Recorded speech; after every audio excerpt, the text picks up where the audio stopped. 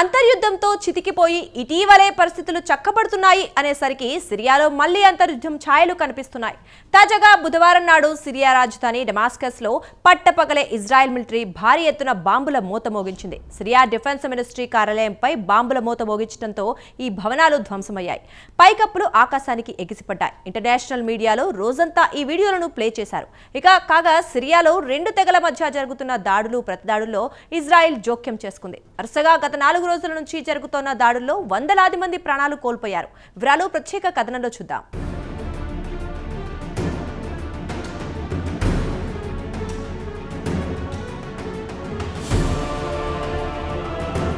సిరియాలో పరిస్థితులు మళ్లీ మొదటికి వచ్చాయి. సిరియా డిక్టేటర్ బషర్ అల్ అసద్ను దేశం నుంచి రెబల్స్ తరిమివేసిన తర్వాత నుంచి పరిస్థితులు ఇంకా గాడిలో పడలేదు.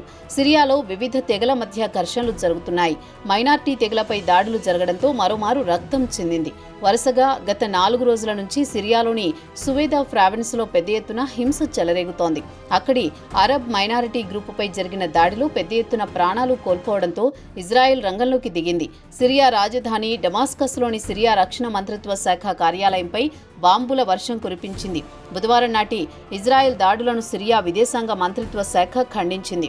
ఇజ్రాయెల్ ఉద్దేశపూర్వకంగానే రెచ్చగొట్టడానికి, గందరగోళం వ్యాప్తి చేయడానికి, సిరియా అంతర్గత భద్రతను దెబ్బతీసేందుకు కుట్ర పన్నుతోందని ఆరోపించింది. సిరియా డిఫెన్స్ బిల్డింగ్పై బాంబుల వర్షం కురిపించిన ఘటనలో 3 ప్రాణాలు కోల్పోగా సుమారు 34 మంది గాయపడ్డారని సిరియా ప్రభుత్వ అధికారులు తెలిపారు.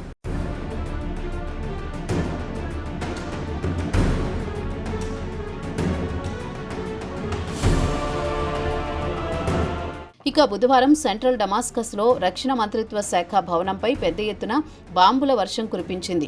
అక్కడికి సమీపంలోనే ప్రెసిడెన్షియల్ ప్యాలెస్ కూడా ఉంది. ఇదిలా ఉండగా ఇజ్రాయెల్ మిలిటరీ దక్షిణ సిరియాలోని కొన్ని టార్గెట్లను లక్ష్యంగా చేసుకుని దాడులు చేసింది. కాగా దక్షిణ సిరియాలో డ్రూజ్ గ్రూపునకు, బెడయిన్ తెగలకు, సిరియన్ భద్రతా దళాలకు మధ్య గత 4 రోజుల నుంచి దాడులు ప్రతిదాడులు కొనసాగుతున్నాయి. కాగా ఈ ఘర్షణలో సువైదా ప్రావిన్స్లో సుమారు 250 కంటే ఎక్కువ మంది ప్రాణాలు కోల్పోయారని సిరియన్ మానవ హక్కుల అబ్జర్వేటరీ వెల్లడించింది.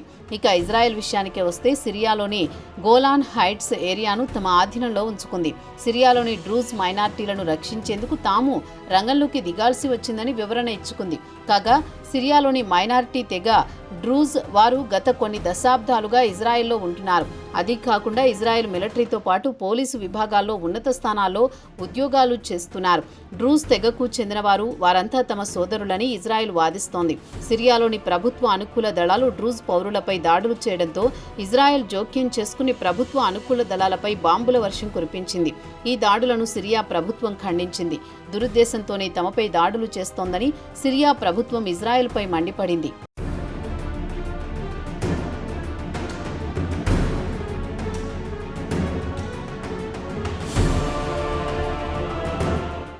ఇజ్రాయెల్ దాడుల విషయానికి వస్తే సెంట్రల్ డమాస్కస్తో పాటు Syria defence ministry, military headquarters area చుట్టుపక్కల ప్రెసిడెన్షియల్ ప్యాలెస్, దీంతో పాటు సిరియా దక్షిణ ప్రాంతంలో బుధవారం బాంబుల వర్షం కురిపించింది. Syria defence ministry headquarters కాంపౌండ్లో పలుమార్లు దాడులు చేసింది. సిరియా లోకల్ టైం మధ్యాహ్నం 3 గంటలకు 2 భారీ బాంబులు వేసింది. ఒకటి ఎంట్రన్స్ వద్ద వేయడంతో భవనం కుప్పకూలింది. దీంతో భారీగా మంటలు, పొగ ఎగిసిపడ్డాయి. సిరియా రాజధాని డమాస్కస్ నగర పౌరులొక్కసారి షాక్కి గురయ్యారు. బాంబు దాడులకు పైకప్పులు ఆకాశానికి ఎగిసిపడ్డాయి. బుధవారం ఇంటర్నేషనల్ మీడియాలో ఈ వీడియోలే రోజంతా ప్రసారం చేశాయి. ఇజ్రాయెల్కు చెందిన యుద్ధ విమానాలు సిరియా రాజధాని గగనతలంలో చక్కర్లు కొట్టాయి. యావత్ నగర ప్రజలు భయంతో వణికిపోయారు. డిఫెన్స్ మినిస్ట్రీ భవనానికి సమీపంలోనే ప్రెసిడెన్షియల్ ప్యాలెస్, ఆ ఏరియాను ఉమెయిద్ స్క్వేర్ అంటారు. అక్కడికి సమీపంలో కూడా బాంబులు పడ్డాయి.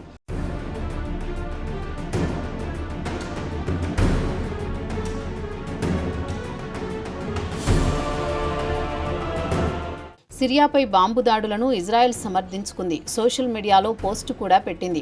సిరియా ప్రభుత్వ కార్యాలయాల వద్ద, ప్రెసిడెన్షియల్ ప్యాలెస్ వద్ద దాడులు చేశామని అంగీకరించింది. అలాగే సిరియాలోని సెవేదా నగరంలో కూడా డ్రోన్లతో దాడులు చేశామని పేర్కొంది. జోర్డాన్ సరిహద్దులో ఉండే డ్రూజ్ నగరంపై కూడా బాంబుల వర్షం కురిపించామని తెలిపింది.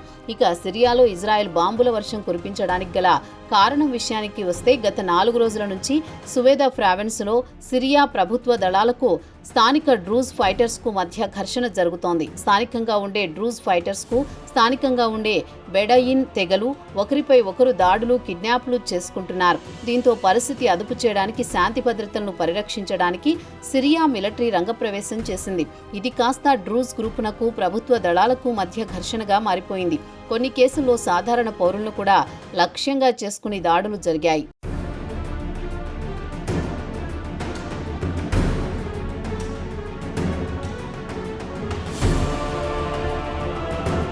ఇక డ్రూజ్ కమ్యూనిటీ విషయానికి వస్తే ఇటు సిరియాతో పాటు అటు ఇజ్రాయెల్లో కూడా అత్యంత శక్తివంతమైన మైనారిటీ కమ్యూనిటీ. ఇక ముందుగానే చెప్పినట్టు ఇజ్రాయెల్ మిలిటరీతో పాటు అక్కడి పోలీసు విభాగంలో ఉన్నత పదవుల్లో పనిచేస్తున్నారు. అయితే మంగళవారం నాడు ఇరు వర్గాలు అంటే డ్రూజ్ ప్రభుత్వ వర్గాల మధ్య కాల్పుల విరమణ ఒప్పందం కుదరడం, వెంటనే ఉల్లంఘన కూడా జరిగిపోయింది. వెంటనే బుధవారం నాడు మళ్లీ ఇరు వర్గాలు ఒకరితో ఒకరు తలపడ్డాయి. ఇక సవేదా ప్రాంతంలోనే డ్రూజ్ కమ్యూనిటీలో ఇద్దరు నాయకులు ఉన్నారు. వారిలో ఒకరు యాస్సార్ జార్బో, అతను కాల్పుల విరమణకు అంగీకరించాడు. మరో నాయకుడు హిక్మత్ అల్ హిజీరీ మాత్రం కాల్పుల ఒప్పందానికి తిరస్కరించాడు. దీంతో మళ్లీ సిరియా ప్రభుత్వ దళాలతో యుద్ధం మొదలైంది. అయితే సిరియాలో ఉంటే డ్రూజులు మాత్రం తమ మధ్య జరుగుతున్న ఘర్షణలో ఇజ్రాయెల్ అనవసరంగా జోక్యం చేసుకుంటోందని అసంతృప్తి వ్యక్తం చేస్తున్నారు.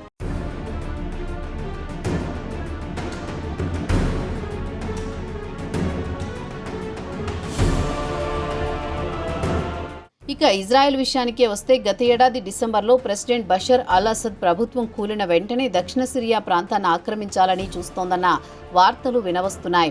కాగా అసద్ నిష్క్రమించిన తర్వాత వచ్చిన కొత్త ప్రభుత్వం ఇజ్రాయెల్తో ఒక ఒప్పందానికి రావాలనుకుంది. ఇరు దేశాల మధ్య ఎలాంటి ఘర్షణలు జరగకుండా నివారించుకుందామని ఒక ఒప్పందం చేసుకోవాలనుకున్నా ఇజ్రాయెల్ మాత్రం సస్సేమిరా అంటోందని, తమపై తరచూ దాడులు చేస్తోందని సిరియా ప్రభుత్వం ఆరోపిస్తోంది.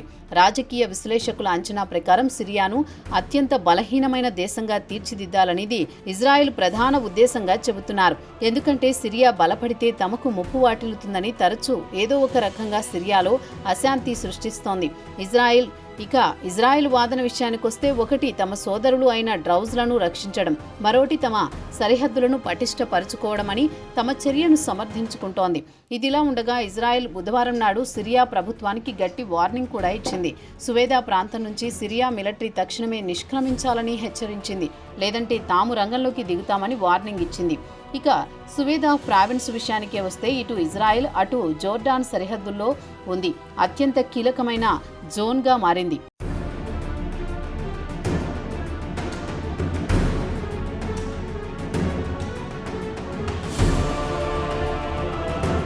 తాజా పరిణామాలను బట్టి చూస్తే ఇజ్రాయెల్ సిరియాలోని కొత్త ప్రభుత్వాన్ని దక్షిణ సిరియా నుంచి తమ సైనికులను ఉపసంహరించాలని ప్రత్యక్షంగా హెచ్చరిక చేసినట్టు అయింది.